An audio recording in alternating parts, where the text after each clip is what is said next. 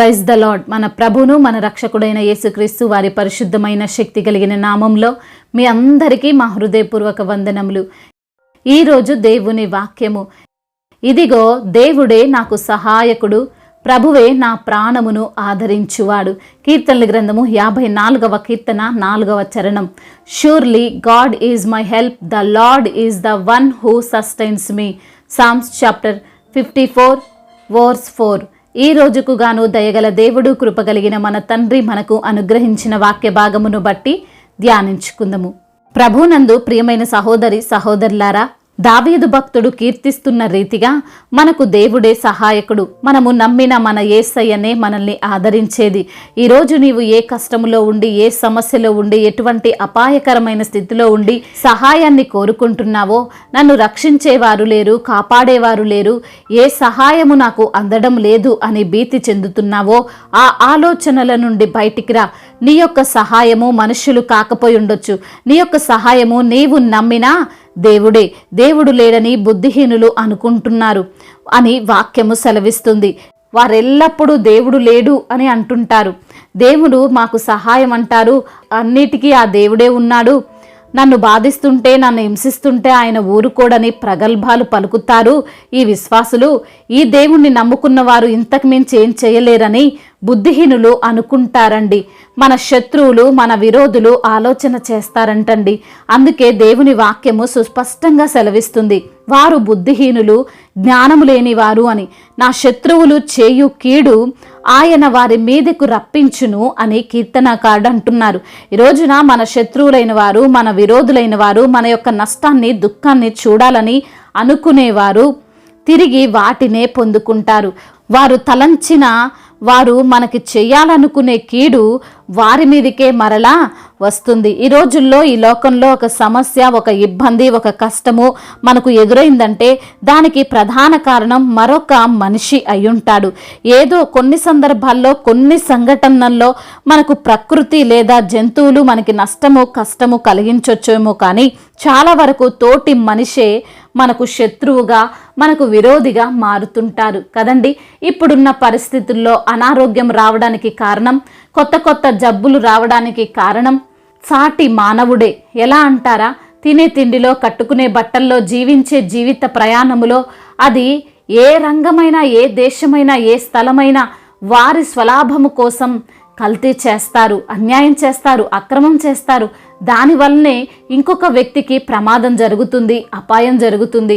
పేదవారని, ఎవ్వరూ లేనివారని, మాట్లాడే దిక్కు లేదని వారిని దోచుకుంటుంటారు. వారి భూములను ఆక్రమించుకుంటున్నారు, వారిని శారీరకంగా శ్రమ పెడుతున్నారు, హాస్పిటల్లో దోచుకుంటున్నారు. ఏదో ఒక రకంగా ఇతరులను బాధిస్తూ వారు లాభాలను పొందుకుంటున్నారు. ఈ రోజున బహుశా నీవు కూడా ఇటువంటి పరిస్థితిని ఎదుర్కొంటున్నావేమో. ఏ దిక్కు లేదని, ఎవరి సపోర్ట్ లేదని, నీకోసం మాట్లాడేవారే లేరని నిన్ను దోచుకుంటున్నారేమో, నీ భూమిని లాక్కోవాలని అనుకుంటున్నారేమో, నిన్ను మోసం చేసి నీ ఆస్తిని తీసుకోవాలని ఆలోచిస్తున్నారేమో, నీ కుమార్తెకు లేదా నీ కుమారుడికి అన్యాయం చేయాలని అనుకుంటున్నారేమో. వారు బుద్ధిహీనులండి. ఎందుకో తెలుసా?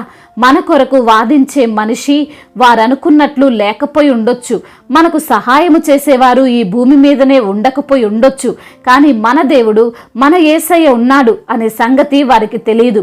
అందుకే పౌలు భక్తుడు అంటున్నాడు, ప్రభువు నాకు సహాయకుడు, నేను భయపడను, నరమాత్రుడు నాకేమి చేయగలడు అని. ఈరోజు ఈ మాటలు వింటున్న ప్రియమైన సహోదరి సహోదరుడా, ఏడవకు, దుఃఖపడకు, నాకెవరూ లేరే, నేను నిస్సహాయుణ్ణే, నిస్సహాయురాలినే, అనాథనే అని కృంగిపోకు. దేవుడు మన పక్షమునున్నాడు. ఈ లోక సృష్టికర్త అయినటువంటి ఆ దేవాతి దేవుడు, మన బ్రతుకులను మార్చగల మన యేసయ్య మన కోసం ఉన్నాడండి. నీ ప్రాణానికి హాని చేయాలనుకున్నా, నీకు అన్యాయము చేయాలనుకున్నా, నిన్ను మోసం చేయాలని ఈ లోకము ఆలోచిస్తున్నా దేవుడు చూస్తూ ఊరుకోడు. ఆయన మనకు తప్పక సహాయము చేస్తాడు. దావీదు భక్తుడు ఈ విధంగా చెప్తున్నాడు, ఆపదలన్నిటిలో నుండి ఆయన నన్ను విడిపించి ఉన్నాడు అని. నీ ఆపదల నుండి, నీ కష్టాల నుండి కూడా దేవుడు తప్పక నిన్ను విడిపిస్తాడు. నీకు తగిన సమయమందు సహాయము చేసి నిన్ను ఆయన ఆదరిస్తాడు. నీకేమీ కాదు, నీ కుటుంబానికి ఏమీ కాదు, నీవు అనుకుంటున్న కీడు ఏది కూడా నీ పైకి రాదు. దేవుడు నీకు తోడుగా ఉన్నాడు. భయపడక దేవుణ్ణి ఆశ్రయించి జీవించు. దేవుడు ఈ మాటలను దీవించి మన హృదయములో ఫలింపచేయునుగాక. వాక్య భాగములను బట్టి ప్రార్థించుకుందాము. ప్రతి ఒక్కరు కూడా ప్రార్థనలో ఏకీభవించగలరు. ప్రార్థన. మహాశక్తి సంపన్నుడా, మహోన్నతుడా, కృపా కనికరములు కలిగిన దేవా, జీవం కలిగిన మా తండ్రి, జీవాధిపతి, మీకు స్తోత్రములు ప్రభువా. ఉన్నవాడ అనువాడ గొప్ప తండ్రి, మా మాటలను ఆలకించువాడ, మా ప్రార్థనకు చెవియొగ్గేవాడ అయ్యా, మేము మొరపెడుతుండగా మా కష్టాల నుండి విడిపించే దేవా, మీకు కోట్లాది కోట్ల స్తుతులు స్తోత్రములు చెల్లిస్తున్నాం ప్రభా. అవును తండ్రి, ఈ రోజున వాక్యము ద్వారా మీరు మాతో మాట్లాడారు, మమ్మల్ని బలపరిచారు. ఇదిగో నీవే మాకు సహాయకుడు అని, ప్రభువే నా ప్రాణమును ఆదరించువాడని కీర్తనకారుడు కీర్తిస్తున్న విధానమును బట్టి అయ్యా, మీరు తండ్రి మాకు సహాయకరముగా ఉంటారని, మమ్మల్ని తండ్రి ఆదుకుంటారని, శ్రమల నుండి మమ్మల్ని తప్పిస్తారని అయ్యా, మరి తండ్రి ఆపదల్లో నుండి మమ్మల్ని విడిపిస్తారని వాక్యము ద్వారా మమ్మల్ని ఎంతగానో ఆదరించి లేవనెత్తినందుకు మీకు స్తోత్రాలు చెల్లిస్తున్నాం ప్రభువా.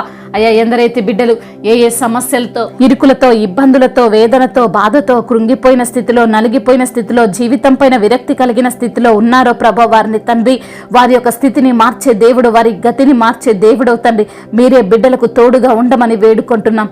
అనారోగ్య సమస్యల నుంచి విడిపించండి తండ్రి. అవును ప్రభా, ఏ రోగముతో అయితే బిడ్డలున్నారో, ఏ బలహీనతలతో అయితే బిడ్డలున్నారో అయ్యా, ఎటువంటి తండ్రి అయ్యా మరి కృంగుదలలో బిడ్డలున్నారో వాటన్నిటి నుంచి విడుదల దయచేయండి. సంపూర్ణ ఆరోగ్యం, స్వస్థతను దయచేయండి. అరికాలు మొదలుకొని నన్నెత్తిన వరకు తండ్రి మీ యొక్క రక్తాన్ని అయ్యా వారిపైన ప్రోక్షించి సంపూర్ణ విడుదలను దయచేయండి. అపవాది క్రియలను అయ్యా లయపరచండి ప్రభా. అయ్యా, అపవాది వారిపైన వేస్తున్నటువంటి పన్నాగాలను యేసు నామములో తీసివేసి ప్రభా మీ యొక్క సన్నిధిని వారితో ఉంచండి తండ్రి. ఆర్థిక సమస్యలు కొట్టివేయండి. అప్పుల భారాల నుంచి విడుదల దయచేయండి. నీవు తలగా ఉంటావు గాని తోకగా ఉండవన్న మీ యొక్క వాగ్దానము బిడ్డల జీవితంలో మీరు నెరవేర్చండి ప్రభా.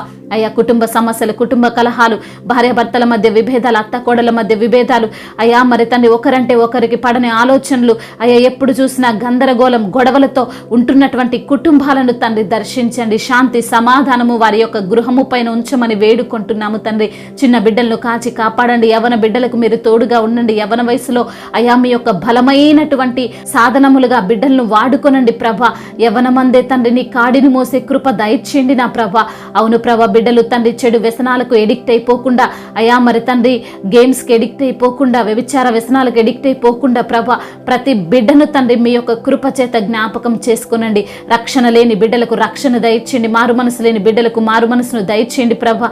ఇంకా బాప్తిసం తీసుకొని బిడ్డల హృదయాలను మీరు ప్రేరేపించండి. ప్రతి ఒక్క బిడ్డకు మీరు తోడై ఉండండి తండ్రి. ఉద్యోగము లేని బిడ్డలను తండ్రి మీరు జ్ఞాపకం చేసుకొని మీ యొక్క కనికరము వారిపై నుంచి మంచి ఉద్యోగము బిడ్డలకు మీరు అనుగ్రహించండి.